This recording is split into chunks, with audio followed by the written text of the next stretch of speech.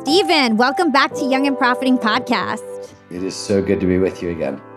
I am super happy. Young and Profiter Steven Kotler has been on Yap 3 times, and I still feel like I could have 10 more conversations with him, given his breadth of work. If you don't know Steven, he is the GOAT of human peak performance. He's the godfather of flow. He's the executive director of the Flow Research Collective, and his work in this space has been nominated for 2 Pulitzer Prizes. Steven is an award-winning journalist. He's the author of over a dozen best-selling books that have been translated in over 40 languages. He's hands down one of the most reputable and well-known authors in the world. And his latest book, Nar Country, Growing Old, Staying Rad, he tests his knowledge and theories on his own aging body in a quest to become an expert skier at the age of 53.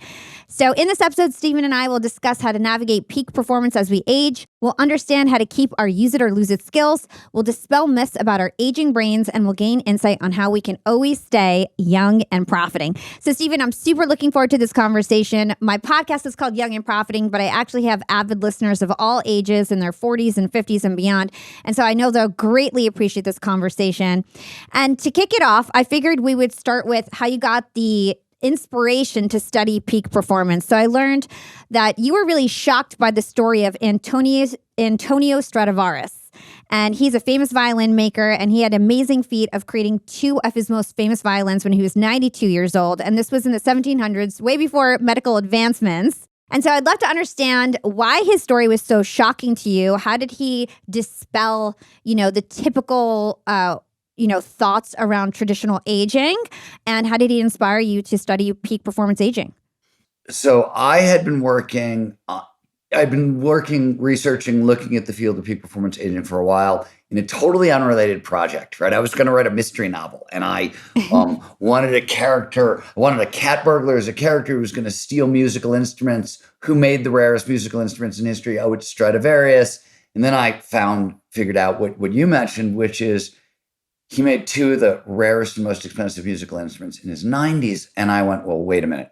Everything I've been told about physical abilities is like the older myth about aging, which most of us believe, and I believed at the time of this, is what you could call the long, slow rot theory. It's the idea that all of our mental skills and our physical skills, they decline over time. There's nothing we can do to stop the slide. So included in those physical skills would be fast twitch muscle response, fine motor performance, dexterity. It's all the stuff you would need to make a violin or a viola in your 90s, along with like expertise and wisdom and all that, like cognitive abilities.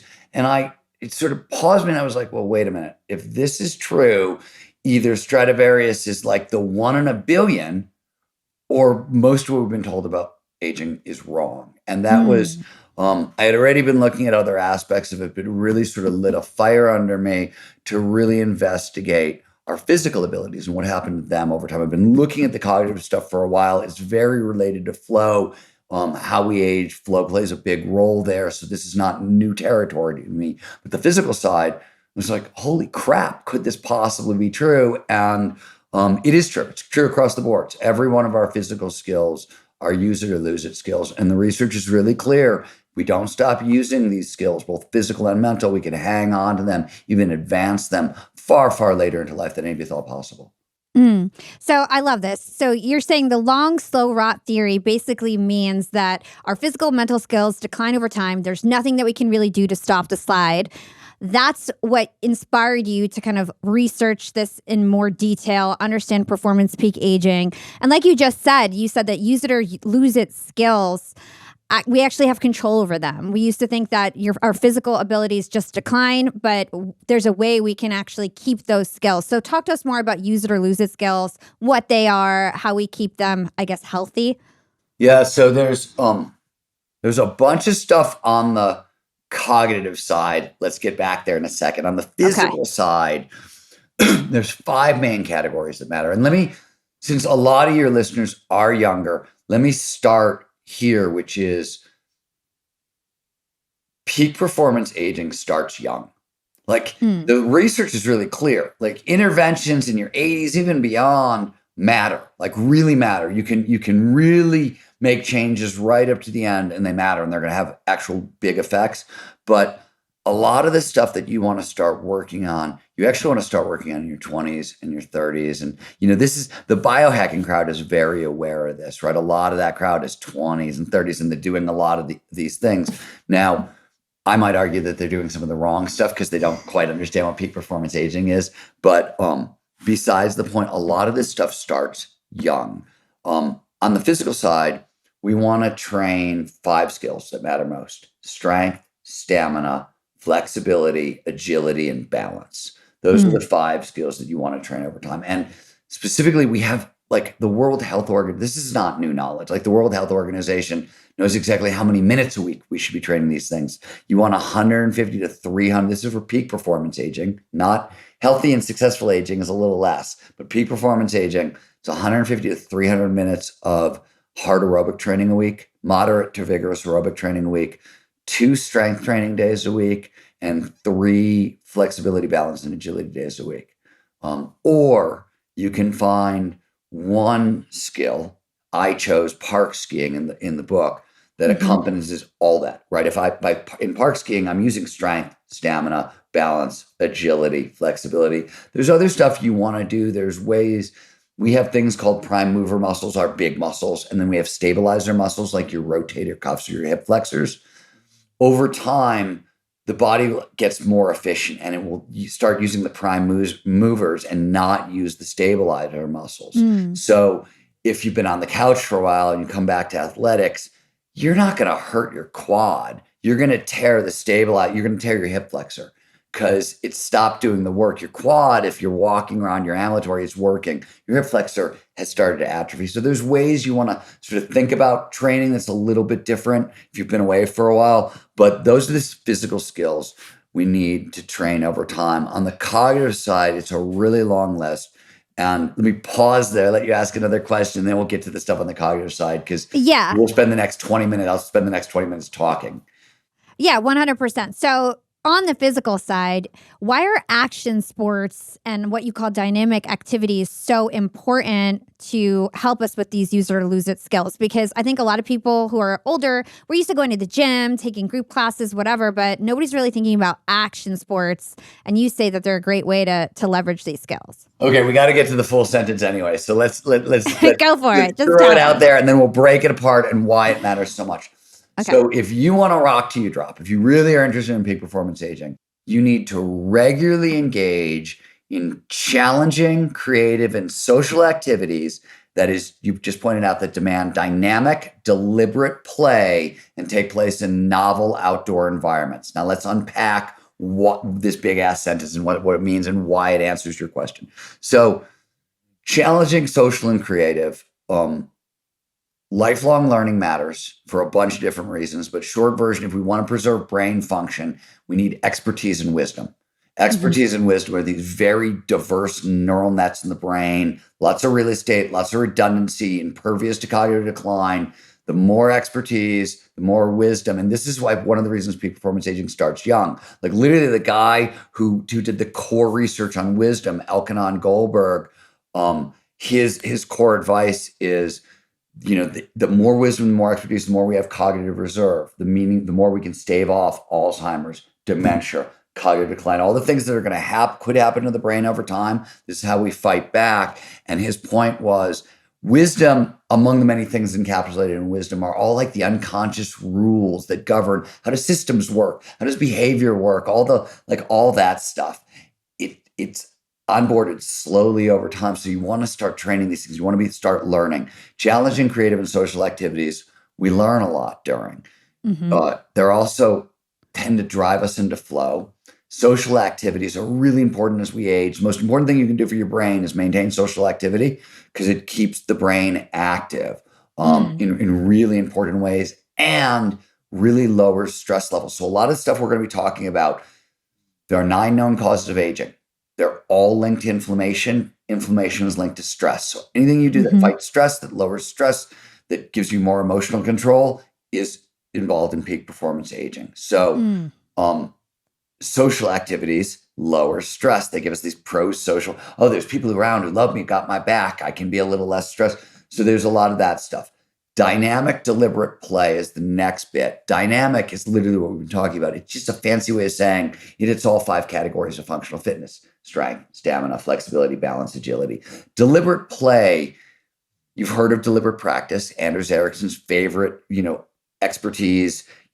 Repetition with incremental advancement is the fastest path towards expertise. And Anders wasn't wrong, but as he himself said, that's only true in certain very precise disciplines. And when faced with just general learning, deliberate play works better than deliberate practice. Deliberate play is repetition with improvisation. You're going to do the same thing you did last time, but a little bit of flourish, a little flower, a little something fun. It's playful, meaning there's no shame, there's no embarrassment. If you're bad, who cares? You're having fun. But that feeling of play produces more neurochemistry, more endorphins. This one really boosts the immune system, lowers stress levels, but amplifies learning. So dynamic, deliberate play says I'm using all the physical skills that decline and I'm learning better than any other way. Novel outdoor environments, the last bit. Why do we care? And this is back. Action sports demand dynamic, deliberate play. And they take place in novel outdoor environments, and they're challenging, creative, and social. So it's one-stop shopping. And the last bit is the most important bit. One, outdoor environments in general lower stress. We know this. This is well established in positive psychology. A 20-minute walk in the woods will outperform most SSRIs for treatment of depression. I can talk about why if you care, but we know that. Good for you, lowers stress. So in itself, being in nature is anti-inflammatory. So it's, better for healthy aging. Mm-hmm. But if you want to preserve brain function, how do you do that? You want to birth new neurons and turn those new neurons into neural nets, right? That's learning. So the adult brain, contrary to what we used to believe for a long time, it actually does continue to birth new neurons. And in fact, the adult brain will birth about 700 new neurons a day, basically until you die. But where do those neurons show up is the key question. They show up in a part of the brain known as the hippocampus. The hippocampus does 2 things. It does long-term memory and it does location. Place. It's packed with place cells and grid cells. Why? We evolved as hunter-gatherers. When you were in the wild and something emotionally charged happened, you got to remember where you were when it happened. That's survival. So where did I get attacked by that tiger so I don't go back there? Where was that ripe fruit tree so when it comes into season, I'm hungry, I can go there? This is survival. This is what the brain is designed to do. Peak performance and peak performance aging is always getting our biology to work for us rather than against us. Our biology is designed to remember when we have novel experiences in outdoor environments.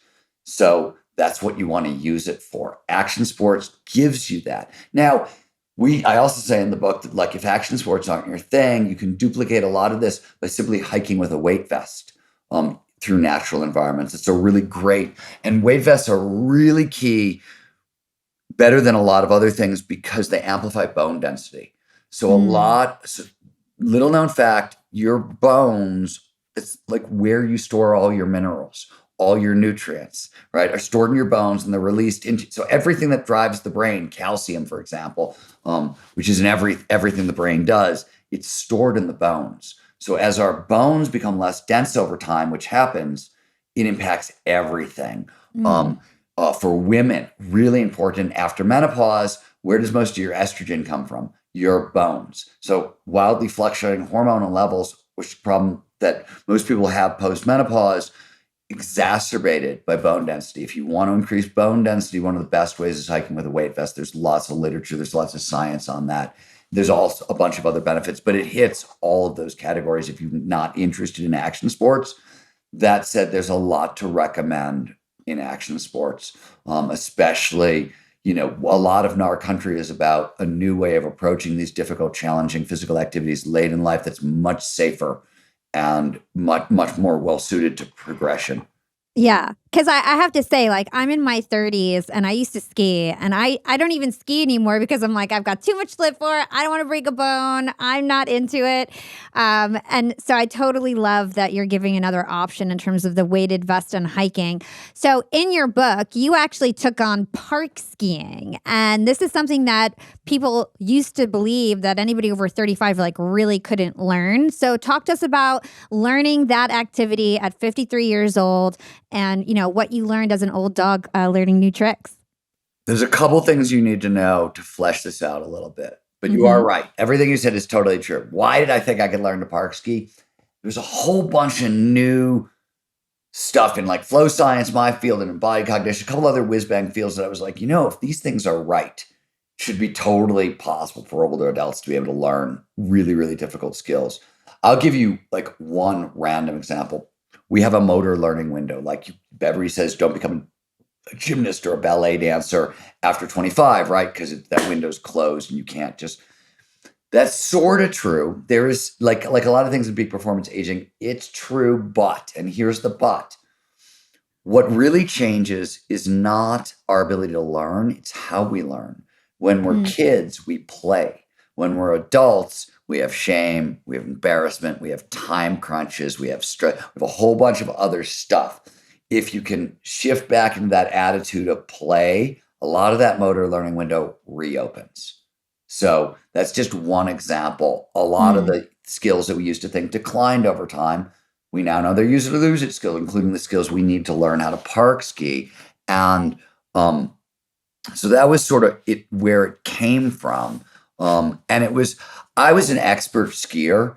I just had never park skied. I knew no tricks, right? I was a big mountain skier. I could go in a straight line very fast, really well. But park skiing is like, it's doing tricks off jumps and on rails and wall rides. It's very acrobatic. It's very dangerous.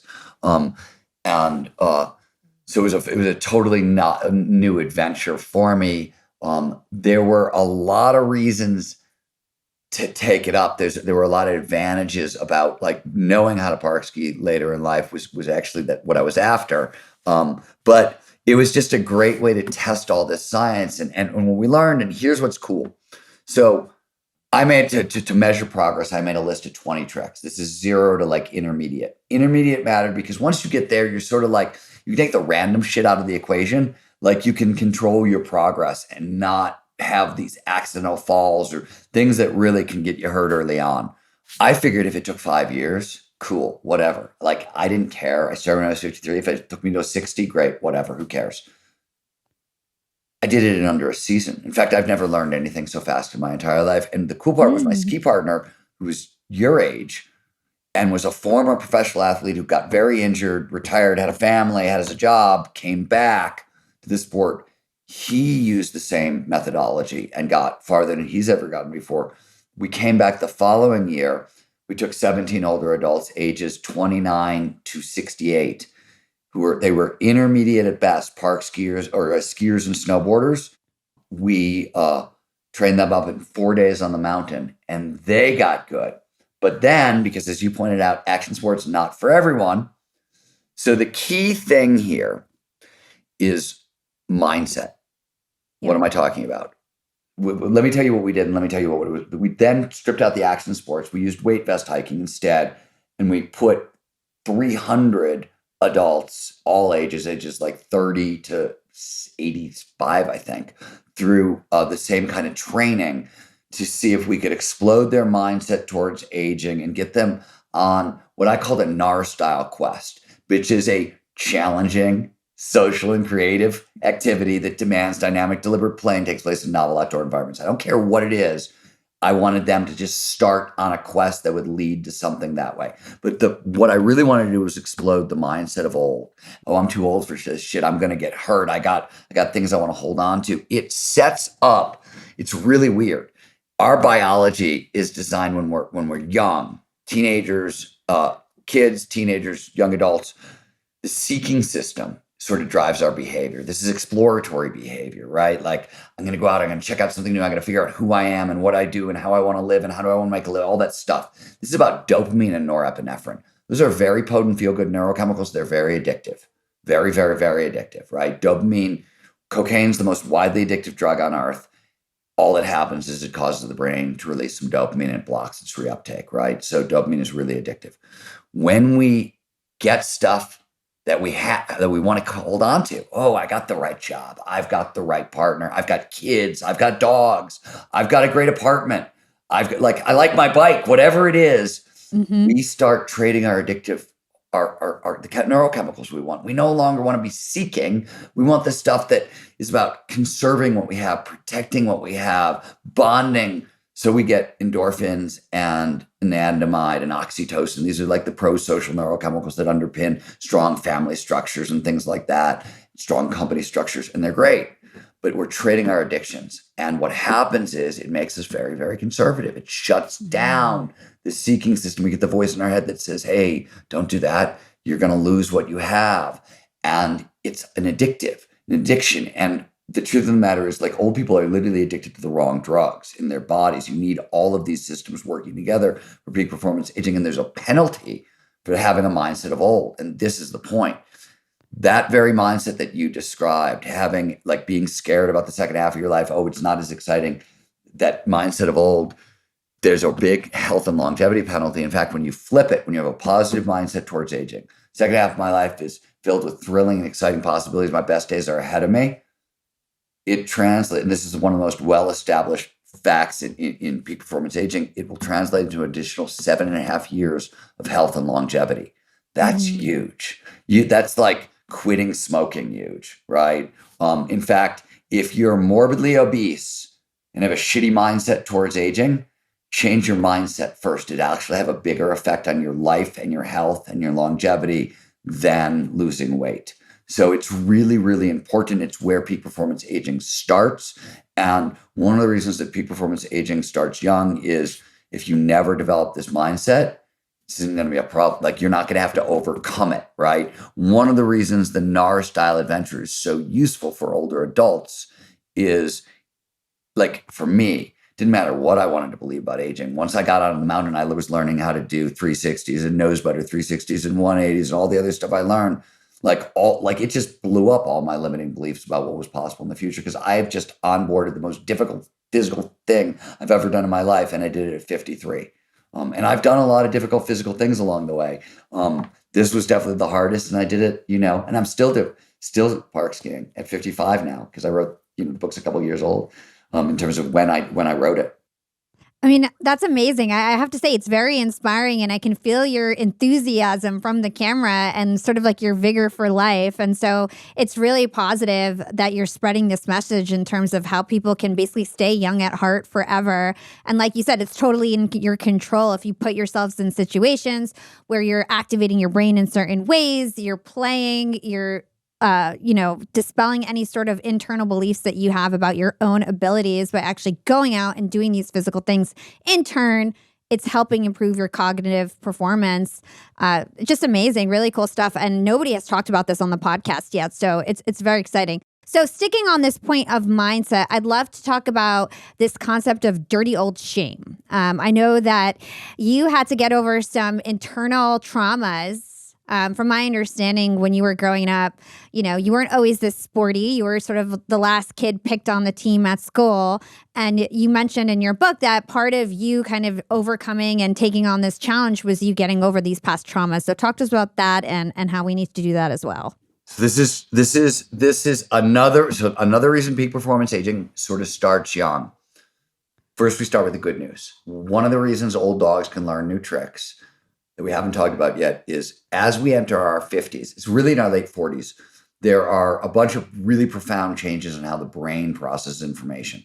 One, certain genes only turn on with experience. They'll only flip these switches later in life. Two, then in our 50s, the two hemispheres of the brain, which essentially function in opposition to each other along the way, they start working together like never before. And finally, the brain starts to recruit underutilized resources in our 50s. So as a result, we gain access to whole new levels of intelligence, creativity, empathy, and wisdom. And I go on and on and on about those benefits. There's a lot that comes with that, but these are not guaranteed. So psychologists talk about moderators, is the technical term. It's an if-then condition. You get this only if you do this, right? And if you want the access to these cognitive superpowers in our 50s, and we'll come back to it, but from a profit perspective, we really want to talk about those superpowers in a second. But let me finish this point. There are a number of gateways of adult development that you have to pass through. So by the age 30, if you really just want to enjoy and kick ass beyond 30, you have to have solved the crisis of identity, which sort of shows up around age 12. If you haven't solved it by 30, you have a problem. The reason is by 40, you need match fit. Match fit is an economics term. It means there's a tight link between who I am and what I do in the world, right? If you don't know who you are, you can't get match fit, because if you don't know your strengths, your values, all that stuff. So that has to be by 30. By 40, we have match fit. And then by 50, we need forgiveness. We got to forgive ourselves for like past embarrassments and past shames. And we got to forgive those who have done us harm. And as you pointed out, I spent most of my childhood losing fights to jocks. I was a punk rocker. The jocks didn't like us. I didn't like them. And this was back in the 70s and 80s. And like, you got to understand, like, cars of football players would pull up on the side of the road and they'd see a guy with a mohawk and they'd jump out to beat you up.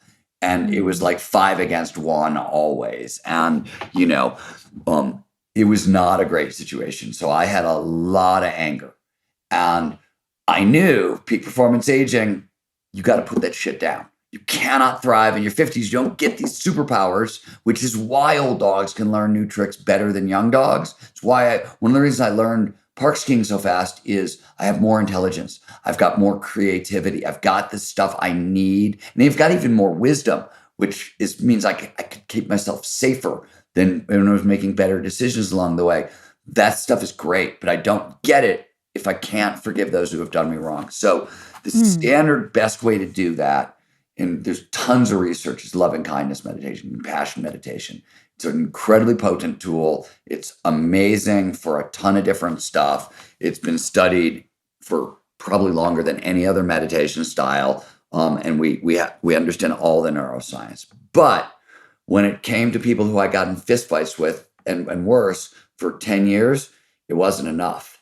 I could, like, all the loving kindness meditation in the world, like, I could forgive a lot of stuff and clean out a lot. I was left with, like, it just, like, wasn't going away. So I decided, one of the reasons I took on an incredibly difficult physical jockey challenge is, okay, I'm going to go, like, this is my problem. Let's go walk a mile in their moccasins, right? Let's take this on. And it turns out it worked. By the way, I didn't think it was going to work. I just knew I needed to do this to thrive. And I was like, well, I'm out of any other ideas. Loving kindness meditation, which is what everybody, right, is not getting it done. And there's still anger there. There's still resentment there. There's still stuff there. So let me see if taking on, this kind of putting myself on a physical mission could clear that out. And it did. And, the story is sort of in the end of the book, and I won't sort of ruin it. A spoiler alert, right? I'd be giving away sort of that one, and I'm not going to. But it was one of the neater things that happened along the way, as I got to put down like a bunch of sort of shame and embarrassment and like stuff that I've carried since I was probably 10 or 12, definitely 12.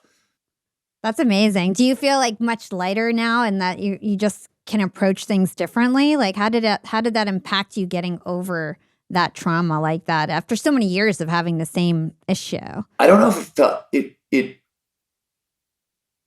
I always say, and this is one of the myths that I think a lot of people have about their life, is that people think it's going to get easier. Like, you think, oh, I'm going to get older, I'm going to get better at this, I'm going to be able to sort of like, oh, I know exactly what I like and I can manicure my life. And it just doesn't get easier.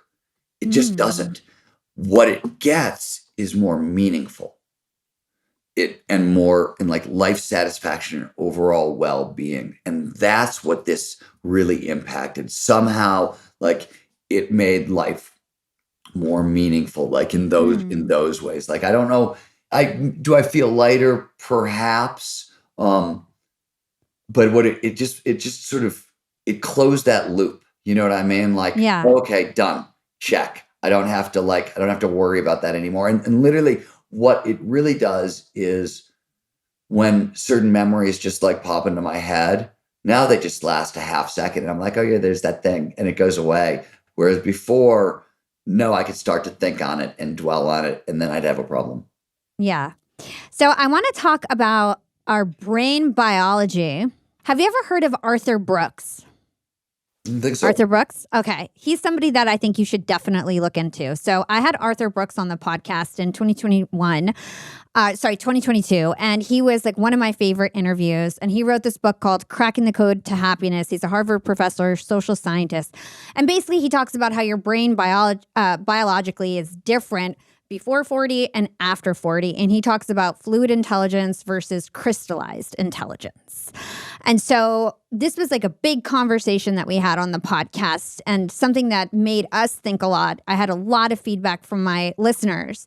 And I feel like what you say is pretty different from what he says. There are some similarities, but basically what he's saying is that you have a biological clock ticking, your ability to reason, think flexibly, learn new things, problem solve, be innovative. That starts to decline in your 40s and 50s.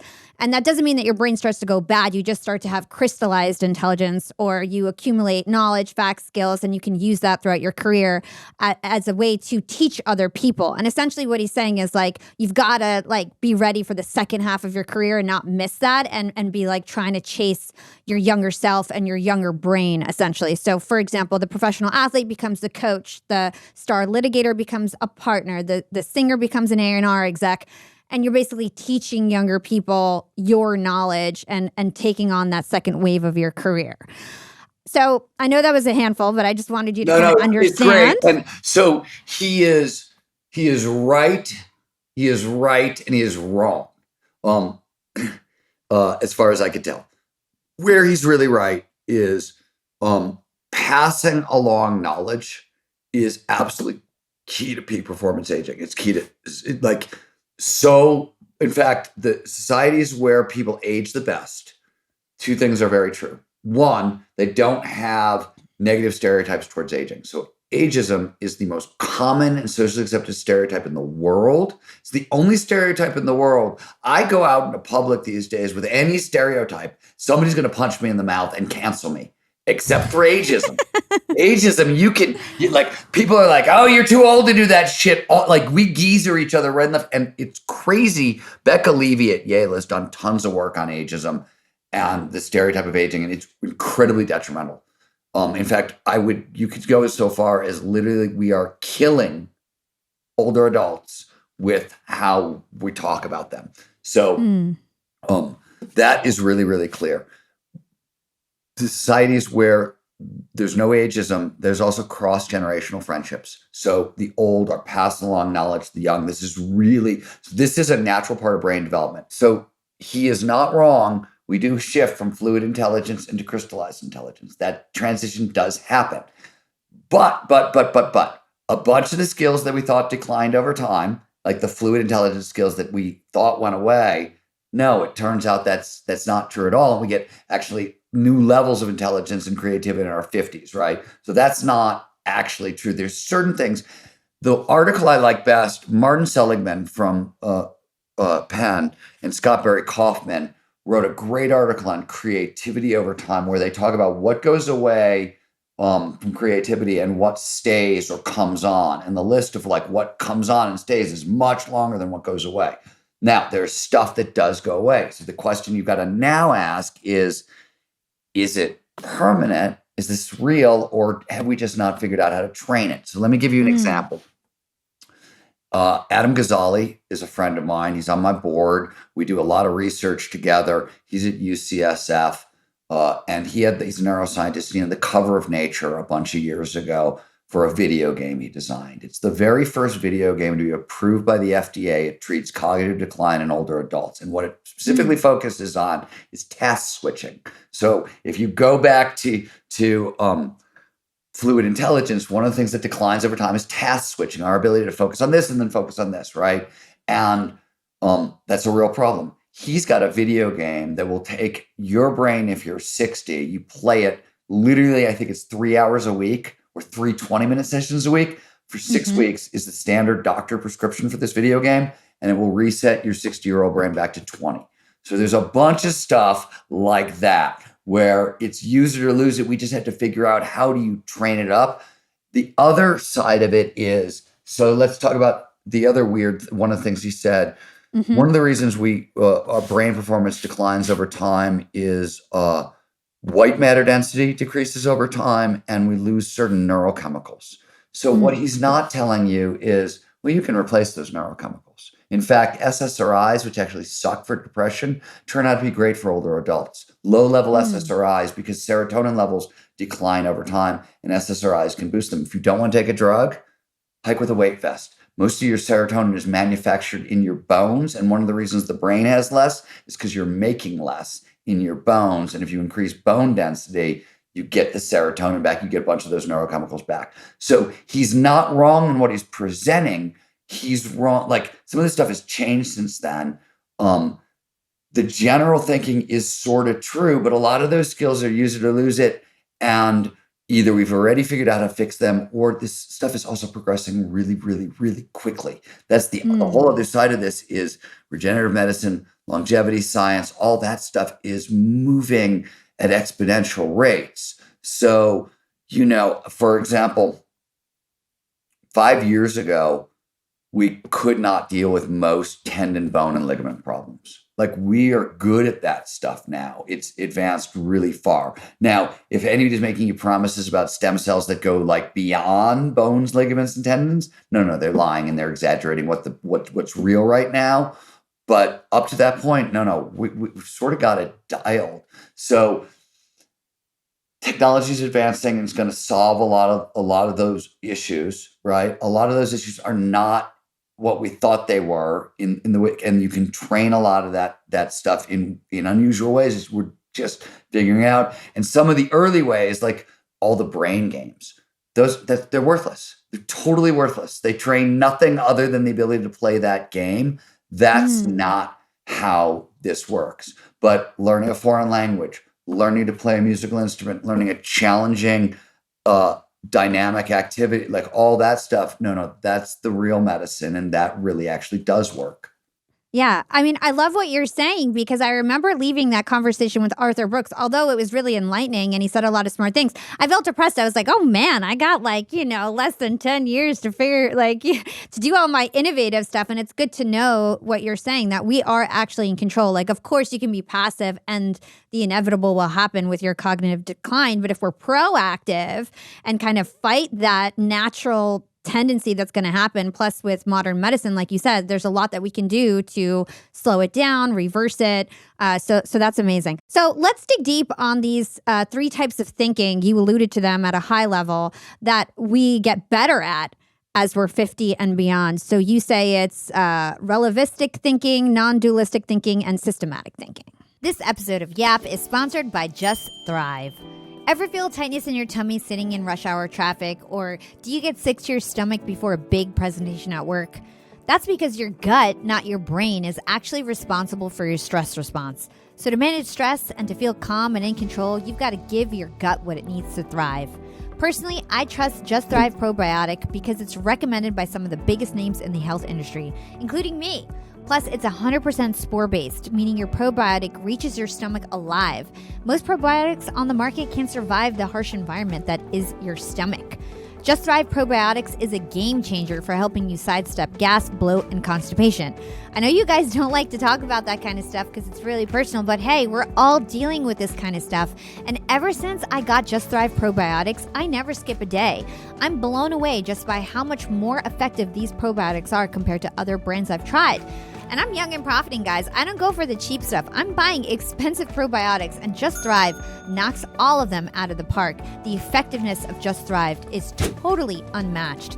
And aside from all the digestion benefits, Just Thrive Probiotics has been shown to help flip the switch on stress so you can feel confident and in control. For next level stress management, I pair the probiotic with Just Thrive's breakthrough new formula, Just Calm. Just Calm's proprietary ingredients have been clinically proven to do the almost unimaginable. They can reduce stress, improve sleep quality and energy, and even encourage better flow and focus. Just Thrive Probiotic and Just Calm make the perfect 1-2 punch to beat stress before it beats you. Be sure to listen to my recent episode number 203 with the brilliant CEO of Just Thrive, Tina Anderson, so you can learn how changing your gut can change your life. Let's level up our health in 2023. Get 15% off both products when you go to justthrivehealth.com and use code YAP at checkout. Again, get 15% off by going to justthrive.com and use code YAP, Y-A-P, at checkout. Yeah, so short version, our ego quiets down and our perspective widens, right? So essentially we learn to see things from multiple perspectives. We learn that there are very few black and white truths, and most things are gray. That's relativistic thinking and probabilistic thinking. And then the last category, we learn to see the forest through the trees. We get better at systems thinking and seeing the big picture. And because of these skills, this is where that extra intelligence, creativity, empathy, and wisdom comes from. It builds out of this intelligence. Let's talk about for a second, because the name of the podcast, and so many people care here, because there's a huge business opportunity here. Yeah. And nobody's paying attention to it. So that little backstory, when I wrote Bold, which is a book about like entrepreneurship and people like Larry Page and Jeff Bezos and Elon Musk and how to really use exponential technology and some human capability flow science stuff to really level up organizations, I spent so much years talking to CEOs. And a lot of the time in a lot of those discussions, we would talk about hiring. Who are the ideal employees? How do you find them? What do you need for the 21st century? And over again, thousands of times, I heard the same two things from CEOs, which was, I need employees who are really intelligent and really creative and really innovative, because the rate of change is really fast and I got to keep pace and stay ahead of it. Otherwise, I don't have a company. I don't have a business. I can't do any of that. The other thing I need employees who are empathetic and wise, because if I don't have psychological safety, nobody can do their job. If I don't have psychological safety, I don't have great team performance. Without team performance, you can't be a company. You can't do those things without empathy and wisdom. Most importantly, the mantra of 21st century business, and maybe we thank Jeff Bezos for this, but it's customer-centric thinking, right? And if you're not empathetic or you're not wise, nobody's thinking like a customer. Right? At all.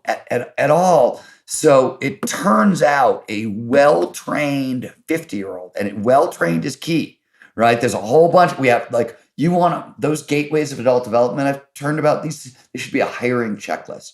And in your 50s, you want access to these superpowers, you need to engage in creative activities. That sort of unlocks these new thinking styles. That's another reason why challenging creative and social activities matter. And you need to fight off risk aversion and train down physical fragility. Because if your body is rotting, what good is all this new mental skills? You can't use it. And risk aversion, which increases over time, this is why challenging activities matter so much. Risk aversion increases over time. It has a lot to do with like literally white matter volume in the brain. We have to train back, because the more risk averse you are, the more afraid you are, the more norepinephrine you're producing. That will block creativity. It blocks empathy and it blocks wisdom. So like you have to train back risk aversion to really flower in your 50s, 60s, and 70s. But if you get it right and you've got all that stuff, these are dream employees. This is a business revolution waiting to happen. The very people that are getting forced out of companies, no. They're the very people we need in our companies, most overall. And in fact, this is not my line. I think it's Daniel Levitin might have said it. It's the first person I heard say it this bluntly. But Daniel Levitin is a neuroscientist who just wrote a book called Successful Aging, where if you want, in my book's sort of a fun adventure story. The science is in the footnotes and sort of at the end. If you really want every inch of the science, you can either take my peak performance aging training, or you can read Successful Aging. And like he goes through all of it. We came to all the same conclusions. Though I think I took my conclusions farther because I ran a bunch of weird ass experiments along the way. But he said flat out, is like the best advice I can give you on retirement is don't retire. Don't ever retire. If you're interested in peak performance aging, retirement is a bad idea. Reinvention, maybe, right? Maybe I don't want to do the same thing I've been doing my whole life and I want to do something new. Great. Fantastic. Retirement, death sentence. Yeah. So I have a couple follow-ups to this. A lot of my listeners are young entrepreneurs, business owners. So if we're going to take your advice, give older people a chance when it comes to hiring. I mean, I know there's a big ageism issue, especially in the tech world. I used to work at Disney streaming services. Like you were old over 40, and like people looked at you sideways, and didn't trust you to do your job, essentially, if you were older than 40, 45. So if you were to interview somebody in their 50s, what questions would you ask them to make sure that they've been training their brain and So I would ask, one, how physically active you are, right? If you're not dealing with somebody who has been regularly exercising for a while and hitting all 5 dynamic categories, you don't want to go near them. The number one correlate with health and longevity over time is leg strength, believe it or not. I know. I was going to ask. That's It's one of wild. my favorite facts. It's wild. And we could talk about why and whatever. And I don't think you can ask incoming, employees, hey, what do you squat? Maybe you can, but it actually, like, if we're gonna put politicians in office in their 80s, those questions become really freaking relevant. Like those are things you really want to know. Are you engaging in challenging creative social activity? Like, those things become a checklist, right? For folks over 50. Identity, match, fit, self-forgiveness, forgiveness of others. You don't get access to the cognitive superpowers without those things. So those are the kinds of questions you want to poke at to make sure, are being checked off, right? Those sorts of things. Are you engaging in, challenging creative social activities that demand dynamic, deliberate play and take place in novel, outdoor, like that? Those things, they become a checklist, and they become, if you want to work here and you're over this age, you got to do this because we need you, but we need this version of you. And the most important thing is, I look for older adults with much younger friends. I want to see those cross-generational friendships, because older adults over 40, 50, one of the reasons they're not to be trusted is because they don't get the job, because they're just too out of touch, right? And things have changed. And, there's a lot of stuff that changes and stays the same, right? And you sort of want the older adults around for that reason, but you also, being old is not an excuse for not keeping up, right? Yeah. Either. Like, what I'm telling you is you've got access to more brain power. So like, it's really not an excuse as far as I'm concerned. So I think it's got to be mutual. And I think the benefits are going to be amazing if it can be mutual. Yeah. I want to get into authentic learning and how older people can learn new skills, but let's go on the tangent of why we should never skip leg day. It turns out that both for preserving physical abilities and cognitive function, leg strength is the single largest factor. Now, the cognitive function is weird. Some of it has to do with bone density. Again, we're back to the bones and legs, the big bones in your legs. And if they're dense, they're not losing their minerals, their nutrients, they can feed the brain. The second part is that if you're not mobile, you don't have a social life. It's a lot harder to have a social life. If you don't have a social life, you are not going to age successfully. And in fact, if you don't have a social life, peak performance, you're just sort of locked out of peak performance, because social support, for a lot of different psychological safety reasons and just performance reasons, it's really important to have social support. And part of that, like, you can get really great social support on the telephone, on Zoom. We all learned that during COVID, but there is something to be said for in-person oxytocin, right? I always tell people, if for whatever reason you're like stuck with the phone and Zoom, make sure you pet a dog for at least 8 minutes a day, a dog or a cat. Petting an animal for about 5 to 8 minutes also releases oxytocin and some of those other pro-social chemicals. So, like, if you're stuck on, like, we need social support for performance, we definitely need for peak performance aging, right? Animals are our friends here. Yeah. So I love that. I feel like you're giving us so much great tips in terms of how we can age gracefully and, be impactful at an older age and still innovative and creative. So this is such a meaningful episode to me because honestly, we don't talk about this enough on the podcast.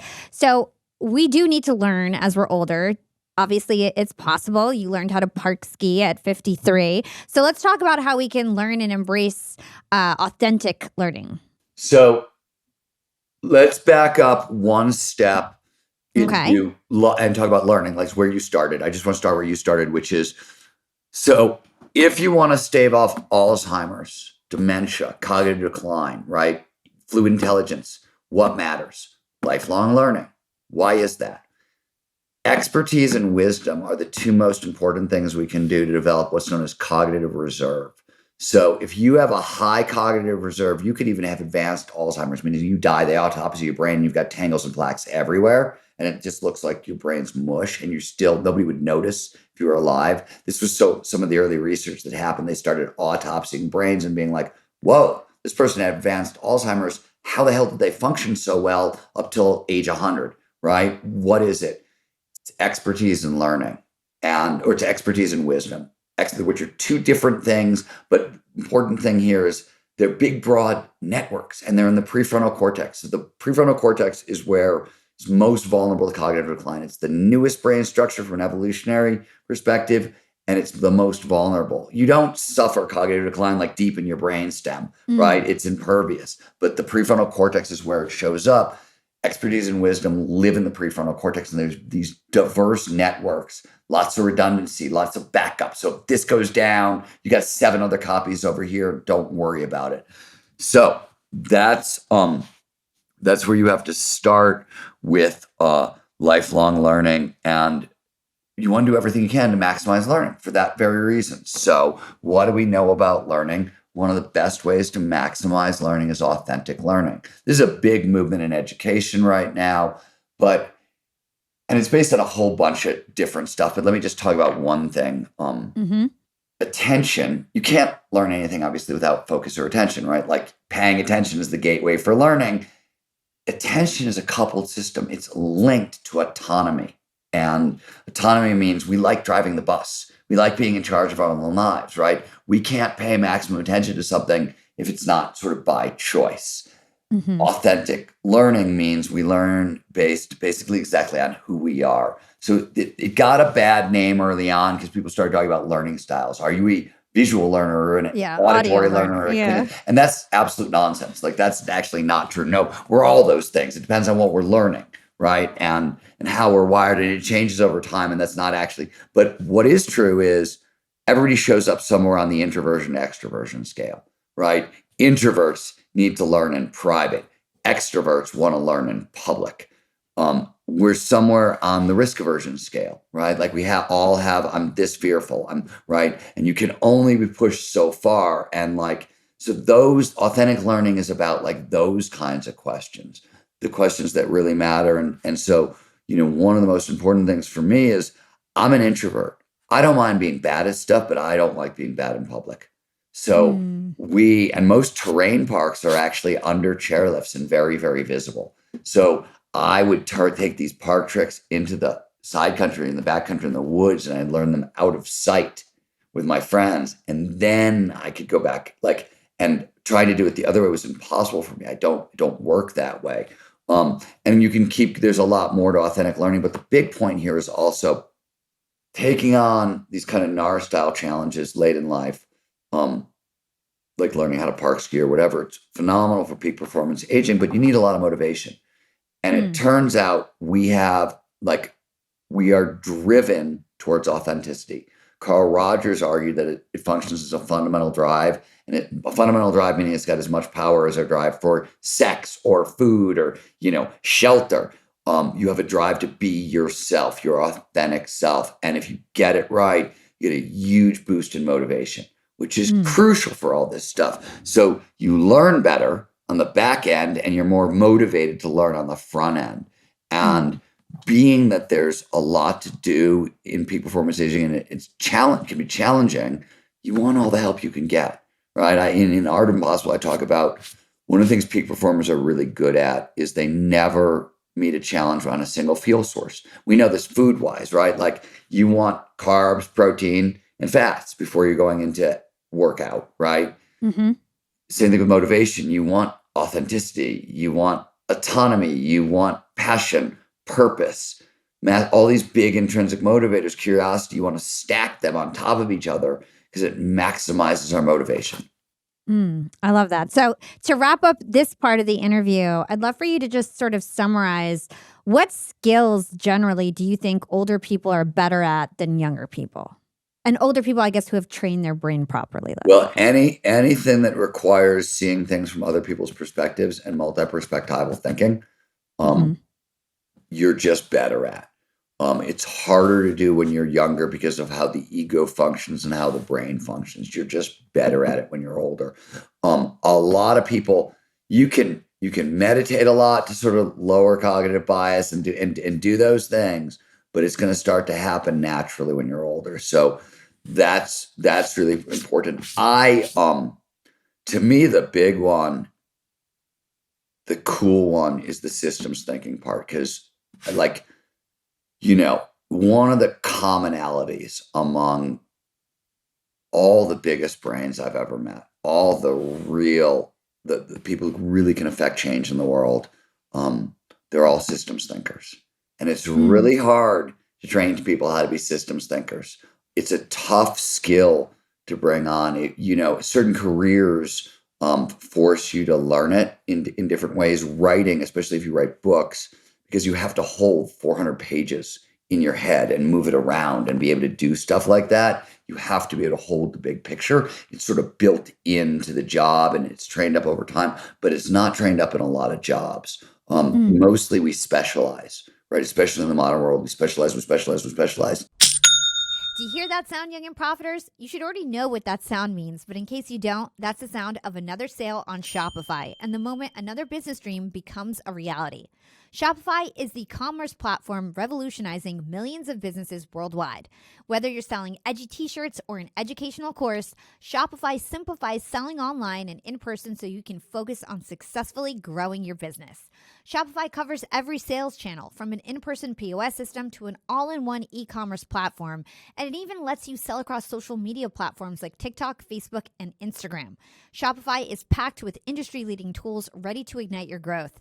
They give you complete control over your business and your brand without ever having to learn new skills in design or code. It is a complete game changer. And thanks to 24/7 help and an extensive business course library, Shopify is there to help support your success every step of the way. I started my Shopify store 3 months ago, and I've already made well over $120,000. In fact, this month alone, we're going to break $100,000 with my new LinkedIn Masterclass. With Shopify, I was able to focus on my course content, the student experience, and marketing and promotion, instead of having to worry about my back end and how I was going to collect payment. Shopify did all the hard work for me. It took just a few days to set up our store, and boom, we were ready to start selling. Logging onto Shopify is one of the highlights of my day. I love to dig around their amazing analytics. I can see every person in the world in terms of where they are on the site, where they're located, what part of the buying journey they're in. I can see whether they've got my product in checkout in their cart. I can see whether they're checking out or not. I can literally see if 8 people are checking out at a time. Let's say I do a live and then people go on my site. I can see when people are all checking out at once, and it is such a thrill. I mean, talk about a dopamine rush every single time. What's incredible to me about Shopify is no matter how big you want to grow, Shopify is there to empower you with the confidence and control to revolutionize your business and take your business to the next level. Now it's your turn to get serious about selling and try Shopify today. This is Possibility powered by Shopify. Sign up for a $1 per month trial period at shopify.com/profiting. Make sure that's all lowercase. Go to shopify.com/profiting, all lowercase, to take your business to the next level today. That's shopify.com/profiting.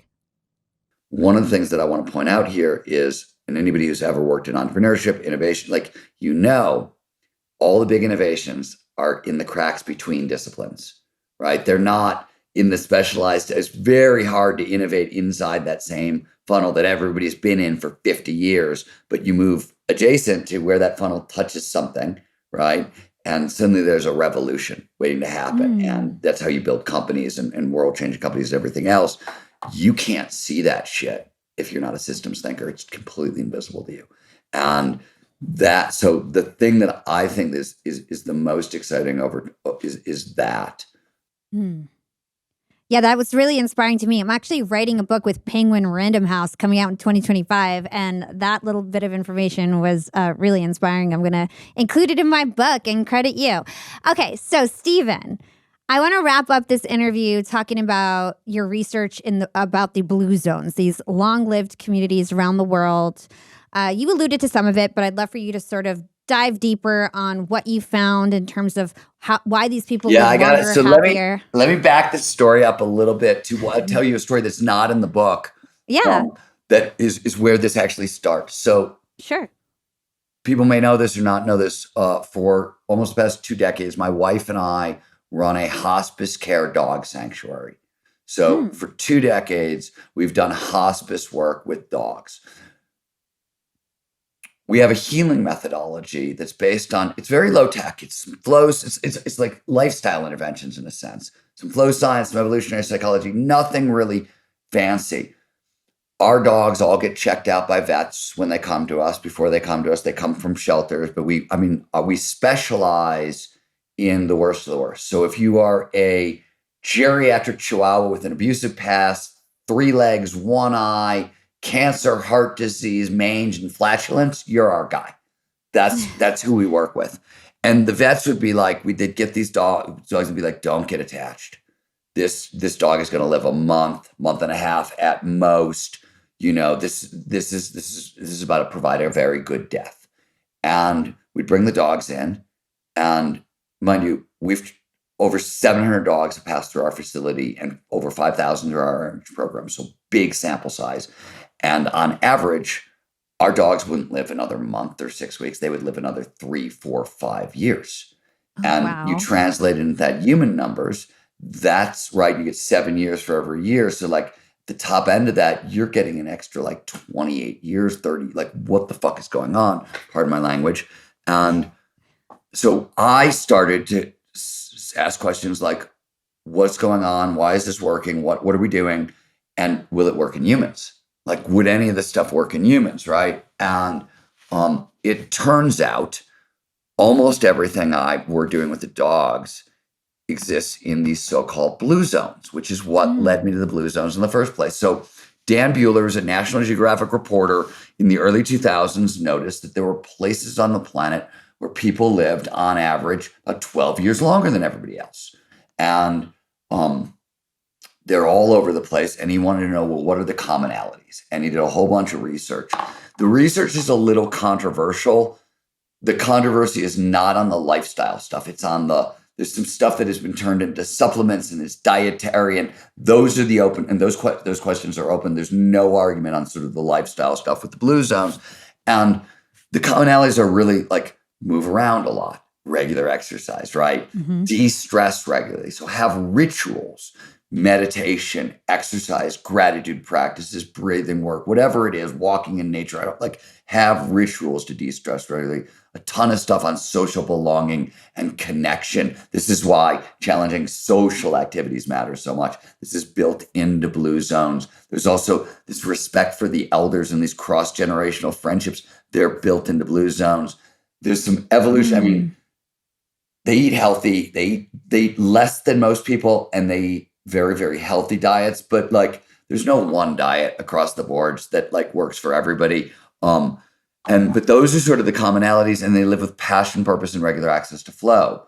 And these were all things that we were providing for our dogs in very like, for example, they get social belonging and connection. They really emphasize it. In the blue zones, some of them, people will spend 6 hours a day hanging out with friends or family. So a lot of it. With our dogs, we had enforced petting time. So when you have a lot of dogs, like, we at various times, we've had 40, 50 dogs. It's hard to individual petting time. You have to like, oh, I got to hang out with this dog. But we would do it because we wanted these neurochemicals underneath it. Same thing with flow. We'd find ways to put our dogs into flow. Flow is really important to peak performance aging for a lot of different reasons. But the state it's just a really positive, powerful emotional state. And some of the emotions that show up in flow stimulate the production of T cells and natural killer cells. So T cells fight diseases, and natural killer cells fight tumors and sick cells and other of the diseases of aging. So when we get into flow, it lowers inflammation, which is tied to all the causes of aging. It produces T cells, natural killer cells, a lot of benefits, and it boosts the immune system. So this was the stuff we were doing in our dogs. This is stuff that's going on in the blue zone. This is stuff we now widely know correlates to healthy longevity. This isn't really peak performance aging. It's sort of successful aging, healthy aging, right? At this point, it's like it should be common sense for everybody, really, is really what it should be. But one of the things that's interesting is you also see a lot of the places where there are blue zones, you see a lot of action sport and outdoor athletes too. Summit, Colorado, Pitkin County, Colorado, and Eagle County, Colorado, and Loma Linda, California are the 4 places in America where people, these are the blue zones. Summit, Pitkin, and Eagle. This is Colorado. That's Vail, Aspen, Beaver Creek, all the big ski areas, a lot of outdoor stuff. And in Loma Linda, that's a Seventh-day Adventist population, and they're very, very social, very flowy, good dietary stuff, a lot of belonging, it's the same stuff, and a lot of outdoor activities, surfing, and because it's California on the ocean, right? They take advantage of that stuff too. Yeah. So I'd love to get a couple examples here. First of all, what are examples of getting into flow aside from sports as an adult? That's number one. And then number two, what are some examples of creative social activities as an adult? The most common flow state on earth is reading or interpersonal flow. Interpersonal flow is like the group flow, you and your best friend. You get into a great conversation and a whole hour goes by and you don't notice it's gone. That's interpersonal flow. Happens all the time. So one of the reasons you want to engage in challenging, creative, and social activities, they all trigger flow. So singing in a choir, very, very flowy. Group flow, lots of research on that. Gardening, very flowy. Long walks in nature, nature hikes, very, very flowy. Coding, architecture, drawing, drumming, dancing, on and on and on. I mean, there's a ton of flow at work. In fact, flow is much more common at work than it is during leisure. For a bunch of different reasons, but the list sort of goes on and on and on. And flow is really, if we want to enjoy the second half if we want to enjoy our lives in general, but if we really want to thrive during our second half of our lives, you can't do it without flow. Flow is actually the engine of adult development. It's how we grow up. We grow up by getting into flow states, coming out the other side is more complex, more skillful, more adaptive, more empathetic, wiser. And we move forward. So it plays a big role in adult development and successful in peak performance aging. So, Steven, I end the show with a couple of questions that I ask all my guests, and then we do some fun things at the end of the year. The first one is, what is one actionable thing that our young and profiters can do today to become more profitable tomorrow?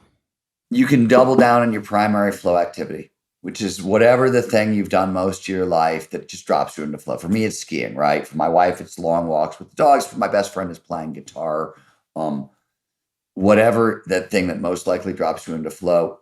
Flow massively amplifies, among other things, motivation, productivity, and creativity. And here's the cool thing. Even though a flow state lasts about 90 minutes, sometimes it can stretch out for longer, the heightened productivity and creativity will outlast the flow state by a day, maybe 2. Flow also resets the nervous system. It calms you down, flushes stress hormones out of your system. So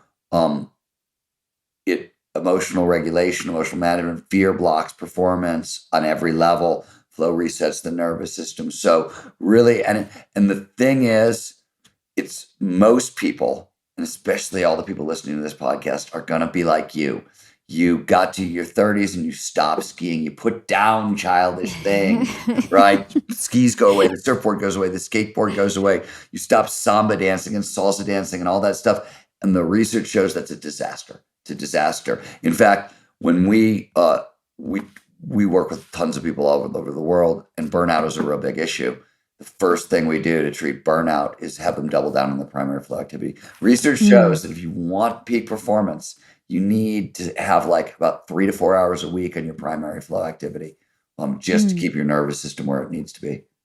Yeah, I'd love for you to tell everybody about the Flow Research Collective and all the trainings you guys have available. Flow Research Collective is my organization. We're a research and training organization. On the research side, we study the neurobiology of peak human performance. So what's going on in the brain and the body when we're performing at our best. We did this work with scientists all over the world at Stanford and Imperial College London and UCSC and UCLA and UC Davis and USCSF and a whole bunch of other acronyms. And we take the science and we use it to train people. We train We train people in 130 countries.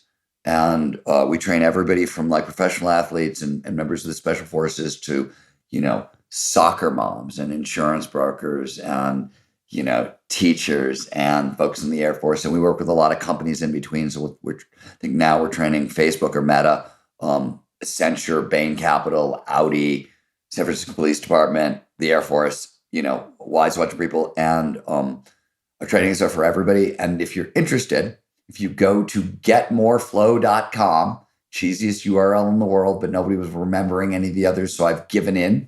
And it's now getmoreflow.com, despite the fact that I'm embarrassed to say it out loud. But you can go there and sign up for a free hour-long coaching call with somebody on my staff. So you'll hear all about the trainings. You'll learn everything. Is it right for you? Is it wrong for you? Nobody on my staff I'll fire somebody if they try to sell you anything. It's just an informational conversation. So it's really mellow and most people get a lot out of it. And it's free, getmoreflow.com. Amazing. I'll stick that link in the show notes to make it super easy for you guys. Okay, last question of the episode. And this is where you can feel free to add something that we didn't get to talk about or just something that's on the top of your mind. Doesn't have to do with the topic of the episode. It's up to you. What is your secret to profiting in life? It's just it's just hard work. You know what I mean? I go out of my way to figure out I'll give you an example. I came up as a journalist and I figured out very early on that most journalists hated rewriting. They'd write their story, they'd edit it, they'd turn it in, the editor would make changes and they'd rewrite it once and turn it back in. I found that out. I was like, okay, you guys are doing it 3 times. Clearly my job is to make my editor's job easier, right? Like my job, editor has to really comb through my articles and takes months. He hates me. I'm not being I'm not a good employee. So I started editing my stories 12 times. I just I'd figure out what everybody else would do and I'd triple it or quadruple it I did that for years. So, it wasn't much of a secret. I just figured I wasn't as smart, as well connected, as handsome and all the other things as everybody else. But I just figured out how to outwork them. A lot of it is about smart hard work, not just hard work. There's better ways to do it. I talk a lot about that in our country, about the advantages of smart hard work and smart hard play. And the difficulties with just hard work is the only tool you reach for. But really, there's no secret. I just put my butt in the chair and I did the work. I love that answer. Thank you for sharing that. Where can everybody learn about you? Where can they get NAR Country? And how can they find more about you, Steven? NAR Country, you can go to narcountry.com or Amazon or wherever books are sold. StevenKotler.com gets you to me. FlowResearchCollective.com gets you to the Flow Research Collective. GetMoreFlow.com gets you to our trainings. And I think that's it. Amazing. Always such a great conversation with you, Steven. Thank you so much for your time. My pleasure. It was great hanging out with you again.